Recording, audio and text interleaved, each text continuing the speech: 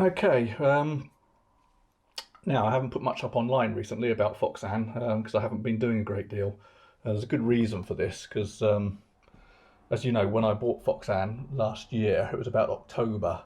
I probably didn't mention it, but I definitely didn't mention it at the time. But I was suffering from a physical condition called frozen shoulder, and that's a pretty painful condition which results in a very limited movement and a lot of pain in the shoulder.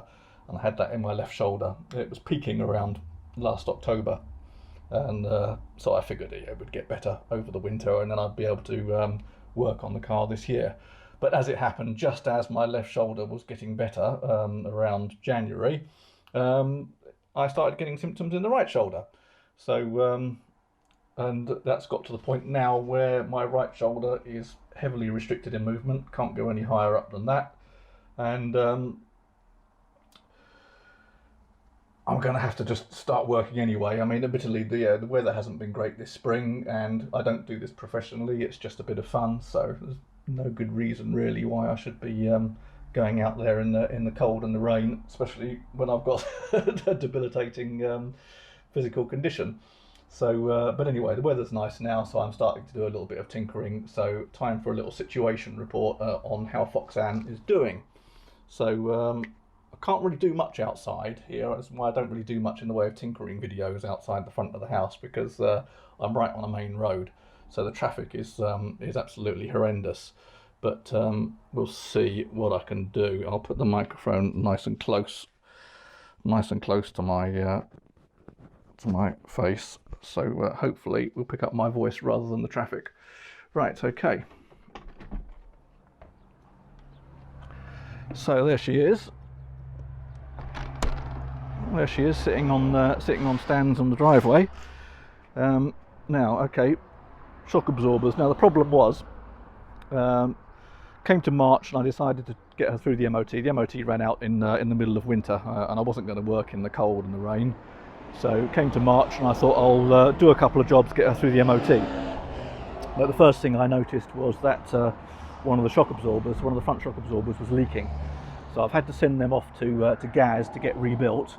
And as you can see, I've replaced the shock absorber on this side. This is the right hand one. I'll just get a little bit closer in there so you can see that that one's back in. Pretty much everything's done up here. Just got a couple of bolts to tighten up, and that one's done. I've just got to adjust up the spring seat a little bit as well. And then on the left hand side, as you can see, still no shock absorber. Everything's all kind of loose and flopping around here because it's just disconnected, and they are a real hassle to get in. So there's really no point in me filming or trying to film putting it in, because apart from the traffic noise, which you can hear, it's such a faff that I'll be swearing every 2 seconds, so it's not really worth the effort. Okay, another thing you may have noticed as I walked around the front of the car is that she currently has no headlights.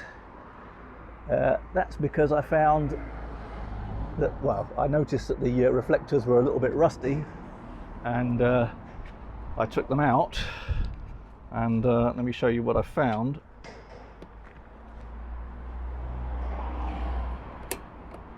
Okay, so here's Foxanne's original headlights, and as you can see, that is really crusty and horrible.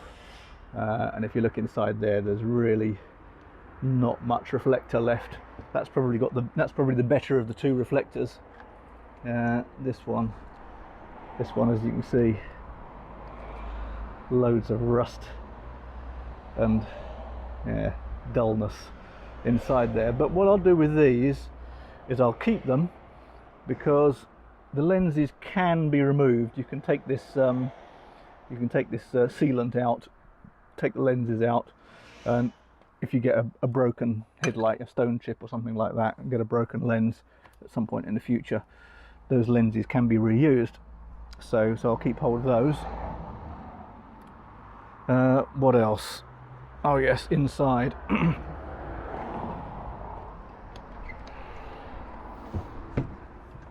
Let's get out of the traffic noise. Right. Right, the problem inside was the switchgear. Now the initial problem was that the main beam warning light wasn't working. Let me just angle this down so you can see. Main beam warning light is there in the speedo. That wasn't working. That's an MOT fail, so I had to sort that out. It's working now. It was just a loose connection at the back of the dashboard there, but all the connections at the back of the dashboard are dodgy, and all the switches are dodgy. If I just show you what I mean here, this is the rear fog lamp switch here. As you can see, they're all loose and they fall out. And what's supposed to hold them in is there's a little spring clip at each side. Little spring clip at each side of the rocker there. And when you push it in, they're supposed to go click and hold it into place. But well, they're holding a little bit better than normal at the moment. But yeah, they just fall out basically. And also, what happens to these switches is the terminals inside corrode, and they don't give good contact. So you find you have to switch them on and off a couple of times to actually get anything to work. And then the inside rocker bit just pops out, and the whole thing falls apart. So they're kind of they're kind of made of cheese really when it comes down to it. So yeah, the idea is to replace all these switches by putting a couple of panels in. Put a little panel in this side and a little panel in this side, and put ordinary rocker switches, ordinary flick switches, toggle switches in each side. And I've sent off for something to try and sort that out. Hopefully that will arrive soon. Also, I've got headlamps on order. I've got new old stock headlamps on order, so that should also be sorted out quite soon as well. Don't think there's any other. There's no other issues really inside at the moment, other than the fact that it's a bit of a mess. But yeah, I'll leave it at that.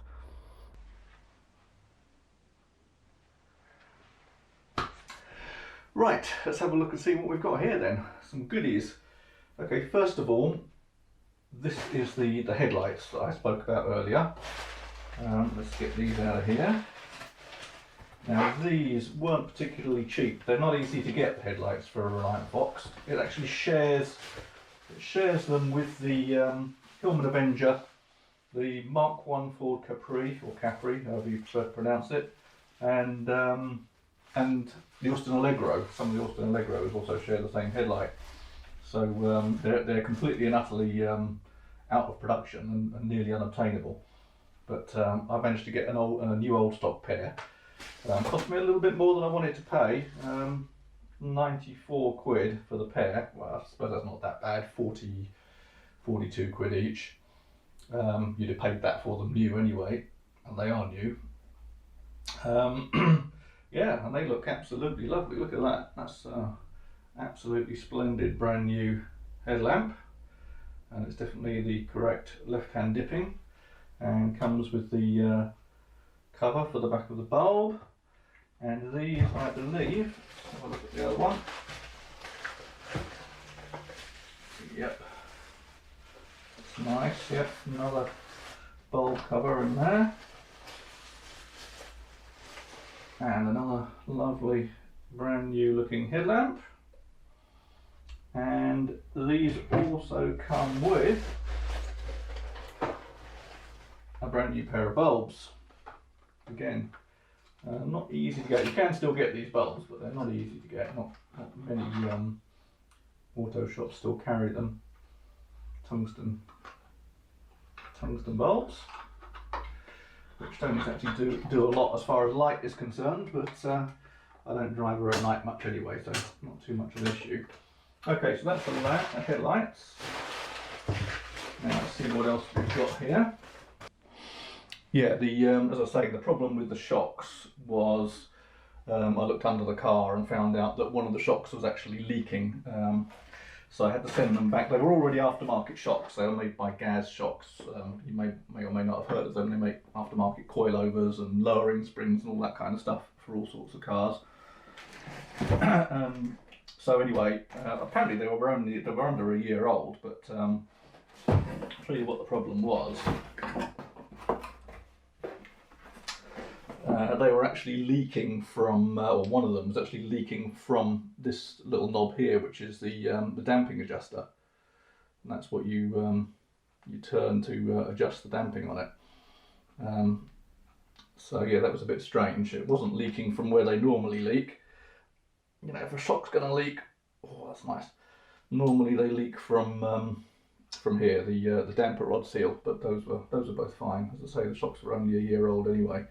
But the other problem with the shocks was the bushes had sagged. The top bushes had flattened down to about 3mm. So I think the compound was too soft. They have supplied me with new ones, but they look similar to the old ones. So time will tell if they do a better job. The bottom bushes had also sagged. The sleeve in the middle had kind of pushed upwards and left like a little void underneath it, where it had squashed the bush. I might be able to insert a photo of that. I've got a close-up photo of that somewhere. But yeah, they've replaced the bottom bushes, and these are purple. I would imagine, I think these, by the looks of them, are probably polyurethane, which are a little bit more hard wearing. So just hope they hold up. But yeah, okay. So that's the shock. That's the shocker.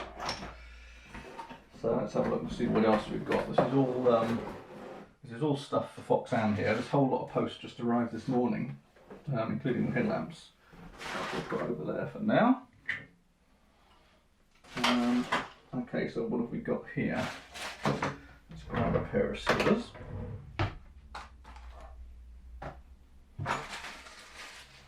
There are a few issues I found whilst going through the electrics on Foxanne, which is basically that all the switchgear is absolute rubbish on those cars, and the fuse box.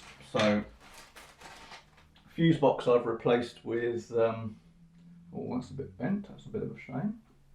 I've got bent in transit. So fuse box I've replaced with a spade fuse box. It's only got 4 fuses, but it was causing a few problems. You know, every other time I went to drive it, I'd find that things like the indicators weren't working, or the horn wasn't working, or something like that, and it'd be a matter of taking the fuses out, spraying a load of WD-40 on them, and then putting them back in, and it would work. So I think changing the fuse box is probably a good move.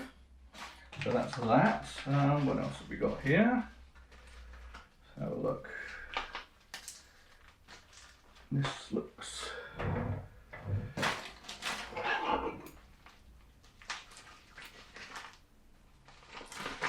Yeah, and all the dashboard switches are also causing problems. Oh yes, this was another problem that I encountered. The alternator, where the wiring plugs into the alternator, the actual plug that plugs into the alternator. As you can see, this is the plug here. It's got the 2 big spade terminals for the power out of the alternator, and the small one which is for the charge light, and they all fit into this little plastic plug, which clips together. I won't clip it together now because it's probably quite difficult to take apart. Which clips together, and then you just plug that into the back of the alternator. But the one that's actually fitted to Foxanne at the moment, the top's missing, which means these brass connectors are actually exposed on the top. So if you put the wire clip over the top of it, it would short them out. So that means it can't be clipped in, which means it's likely to fall out. And also the wires are all frayed where they go into these spade terminals. So that needs to be replaced on the wiring loom. So that's another job for the next few days. So that's that one. And then let's see what's in this one. It's a bit of a bumper post bag today.